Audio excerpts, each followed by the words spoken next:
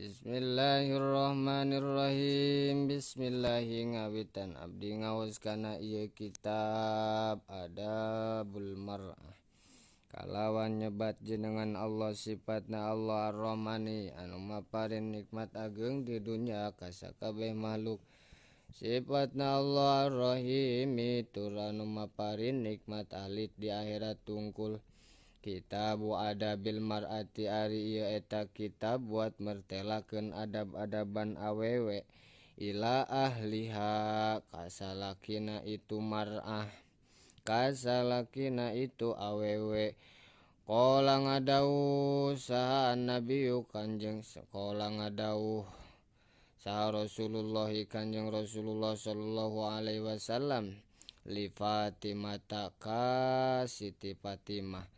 Ya ayuhan nisa uhei pirang-pirang awewe ati kudu taat aranjeun kabeh Allah ka Gusti Allah wa ati jeung kudu taat aranjeun kabeh ar-rasul ka pirang-pirang rasul ka rasul wa ati jeung kudu taat aranjeun kabeh zaujakunna ka salaki aranjeun kabeh li'annahu karna sanyana itu taat eta amrun wajibun perkaraan wajib. Qala ngadawuh sa Nabiyu Kanjeng Nabi sallallahu alaihi wasallam amartu marentah kaula bima ku perkara amarahunna anu marentah ka itu awewe saajauzu salaki fala takun mangka ulah aya aranjeun kabeh awewe eta mukhalifan anu nyulayaan ka itu jaoz wala asyan jeung ulah doraka wala godoban jeung ulah ambek lahu ka itu salaki wala mana jeung ulah gampang nyarekan wala ada jeung ulah nganyerikeun hate lahu ka itu jaoz li'annaha karena sanyana itu anu kabeh karena sanyana itu doraka ambek kasalaki gampang nyarekan kasalaki jeung nganyerikeun salaki eta alamatun nisa'i ciri pirang-pirang awewe syakina anu cilaka wa ahlin nari jeung ahli naraka wa alamatum ro'ati jeung ciri awewe salabatil imani anu lesot imana. Saur Kanjeng Nabi sallallahu alaihi wasallam sing sasa awewe anu nyulayaan kana parentah salaki teu nurut kana parentah salaki anu doraka ka salaki awewe anu sok ambek ka salaki jeung sok gampang nyarekan ka salaki tuluy sok nganyerikeun hate salaki mangka eta awewe teh ciri awewe anu cilaka jeung ciri jeung ahli neraka jeung ciri awewe anu lesot imana. Waruddatil a'mali jeung ditolak warudat jeung ditolak naon al a'malu pirang-pirang amal soleh wa tarku dzabni jeung ari ninggalkeun pangunek-ngunek wal ghibati jeung gibah ngupat wal adza jeung ninggalkeun nganyerikeun hate ila jauziha kasalakina itu awewe eta alamatul muflihati ciri awewe anu bagja wal karomati jeung anu mulia. Sing sasa awewe saur Kanjeng Nabi anu tara ngunek-ngunek anu tara ngupat anu tara nganyerikeun hate salaki maka eta awewe teh ciri awewe anu muflihat anu bagja jeung ciri awewe anu mulia. Qala ngadawuh sa Nabiyu Kanjeng Nabi sallallahu alaihi wasallam ya Fatimah hei Fatimah la tu hadis ulah nyaritakeun anjeun su'a zauji kana kagorengan salaki wahalihi jeung kana goreng tingkahna salaki Waman jeung ari sajalma eta tahadasa anu nyaritakeun itu si man fahuwa mangka ari itu si man mangka ari itu awewe eta yubla anu diuji balaan syadidan ku ujian anu kacida.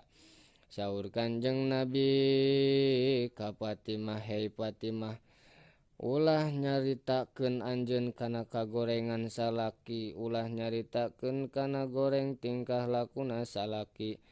Maka sing sasa awewe anu nyaritakeun kana kagorengan salaki, maka eta awewe bakal diuji ku ujian anu kacida.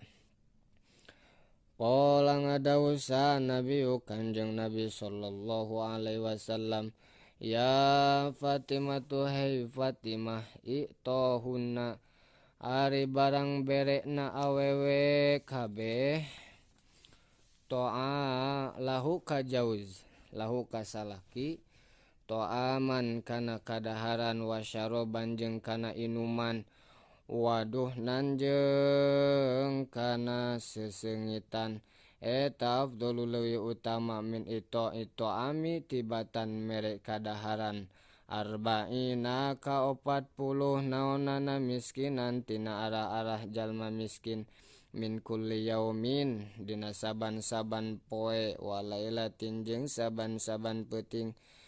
Deui saur Kanjeng Nabi sing sasa awewe anu mere kadaharan kasalakina mere inuman kasalakina tuluy mere sesengitan kasalakina maka eta teh leuwih utama tibatan mere kadaharan ka 40 jalma miskin dina saban-saban poe jeung saban-saban peuting.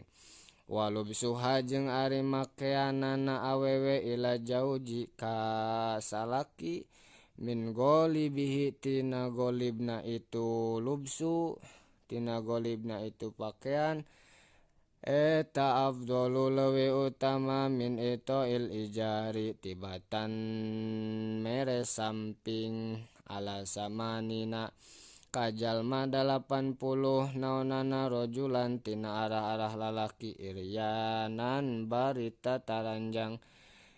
Deui saur Kanjeng Nabi sing sasa awewe anu makean kasalaki ku pakean anu umum anu golib eta teh leuwih utama tibatan mere samping ka 80 jalma lalaki anu tataranjang.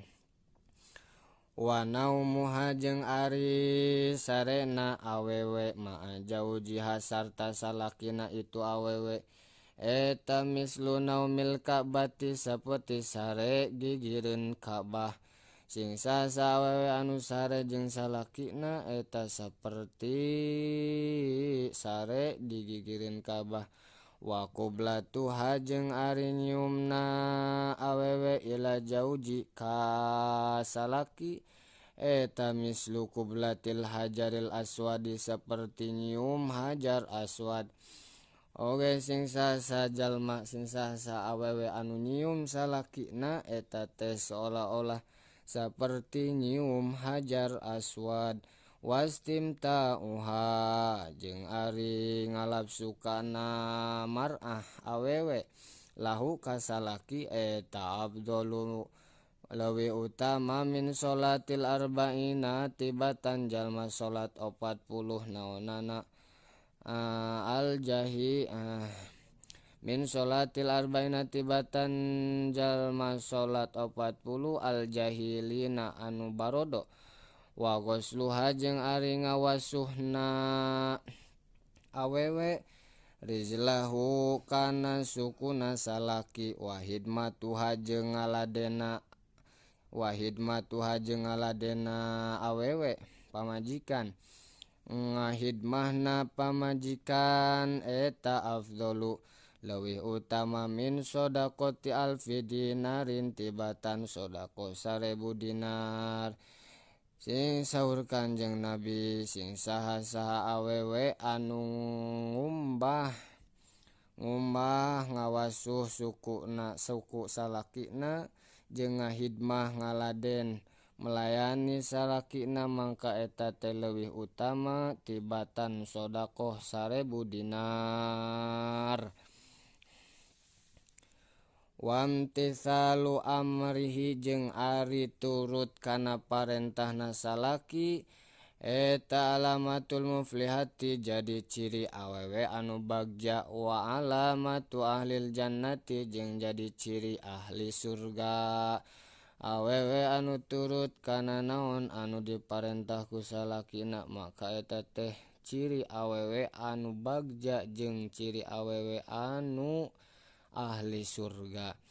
Qala ngadawuh an-nabiyyu Kanjeng Nabi sallallahu alaihi wasallam, lauka salat lamun males itu pamajikan, lamun hoream itu mar'ah idza da'aha di mana-mana ngajak ka itu mar'ah ka itu awewe saajauju salaki linaumihi karna sarena itu jauj salaki fahia mangka ari itu mar'ah itu awewe eta al mar'atu hiji awewe turoddu anu ditolak naon amaluha amalna itu awewe. Sing sasa awewe anu hoream anu males di mana-mana ngajak kaeta di mana-mana ngajak salakina kaeta mar'ah ngajak sare mangka eta awewe teh bakal ditolak sakabeh amalna yaumal kiamati dina poe kiamat. Fala yasfa'uha jeung maka moal nyapaatan itu jauj ka itu mar'ah ka itu jaujah di mana-mana engke di poe kiamat. Pamajikana menta syafaat ka salakina mangka salakina moal nyapaatan. Wa akluha jeung ari ngadaharna awewe biiznihi ku izin salaki eta abdulu leuwih utama min syami sanatin tibatan puasa sataun. Sing sasa awewe anu barang anu dahar dengan izin salaki eta teh leuwih utama tibatan puasa sataun. Wa hidmatuha jeung ari ngahidmahna ngaladena awewe ila jaujiha ka salakina itu awewe eta tastaljimu maka netepkeun ka itu awewe al jannata ka surga wal maghfirata jeung pangampura wal ajrol adima jeung ganjaran anu agung anu gede. Sing sasa awewe anu ngahidmah anu melayani salakina maka bakal ditetepkeun eta awewe teh asup ka surga jeung meunang pangampura jeung bakal menangkeun ganjaran anu gede. Qala ngadawuh an-nabiyyu Kanjeng Nabi sallallahu alaihi wasallam, la takhruji ulah kaluar anjeun hai awewe min baitiki ti imah anjeun awewe wala tamdi jeung ulah ngalewat anjeun awewe wala tasumi jeung ulah puasa anjeun awewe tatawuan karna turut illa biiznihi angin ku izin salaki. Wala takuli jeung ulah dahar anjeun to aman kana hiji kadaharan. Wala talbasi jeung ulah make anjeun awewe sawaban kana pakean illa ma angin perkara yu azinuha anu ngidinan ka itu jauj saha jauju salaki yu'adzinuha anu ngizinan ka itu awewe ka itu mar'asa zauju salaki bihi kana itu emak. Qolat ngadawuh sa Aisyah tu Siti Aisyah ya benati hei anak awewe kaula Fatimah tu tegasna Fatimah man ittabaat man arisa jalma ittabaat anu turut itu awewe ila jaujiha kasalakina itu awewe fi halihi dina tingkahna salaki wa amri jeung parentahna salaki Fahia mangkari itu awewe eta lamatul karomati ciri kamulyaan fil akhirati di akhirat. Saur Siti Aisyah ka putra awewe nanya eta Fatimah sing sasa awewe anu turut ka salaki turut kana tingkahna salaki turut kana parentahna salaki mangka eta awewe mangka eta teh ciri kamulyaan di akhirat. Qolat ngadawusa Aisyah tu Aisyah masyul mar'ati ari lempangna awewe bila idnihi ku henteu idin salaki eta kaman saperti jalma masya anu lempang itu man li syariqati karna rek maling wal qoti jeung ngabegal.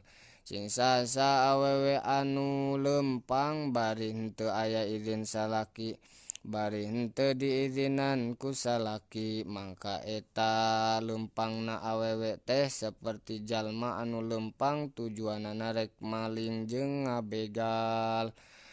Qala ngadawusa Nabi Kanjeng Nabi sallallahu alaihi wasallam min hakihi eta tetep tina saware hakna salaki allau sala arien lamun ngucur naon min horohu dua irungna salaki naonana daman tina arah-arah getihna waqoi hanjeng nanahna falaisan humangka tuluy ngaletakan kana itu getih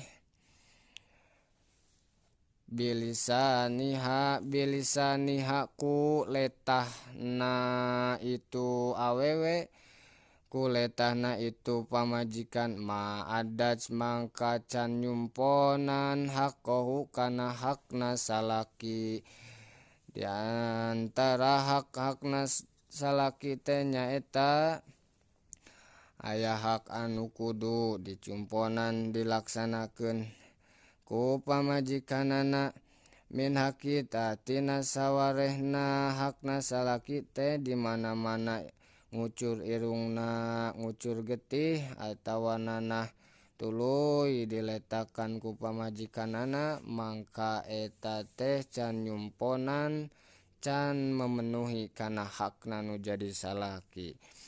Laukana lamun aya etayan bagi menang libasyarin pikeun manusia naon ayas juda kana yen sujud itu basar libasyarin ka manusia deui la amartu yakti marentah kaula almar'ata ka awewe antas juda kana yen sujud itu mar'ah li zaujiha ka salakina itu mar'ah. Saur Kanjeng Nabi lamun mah menang manusia sujud ka manusia deui lamar tu pasti kaula marentah yakti marentah kaula ka awewe kudu sujud ka salakina wallahu alam.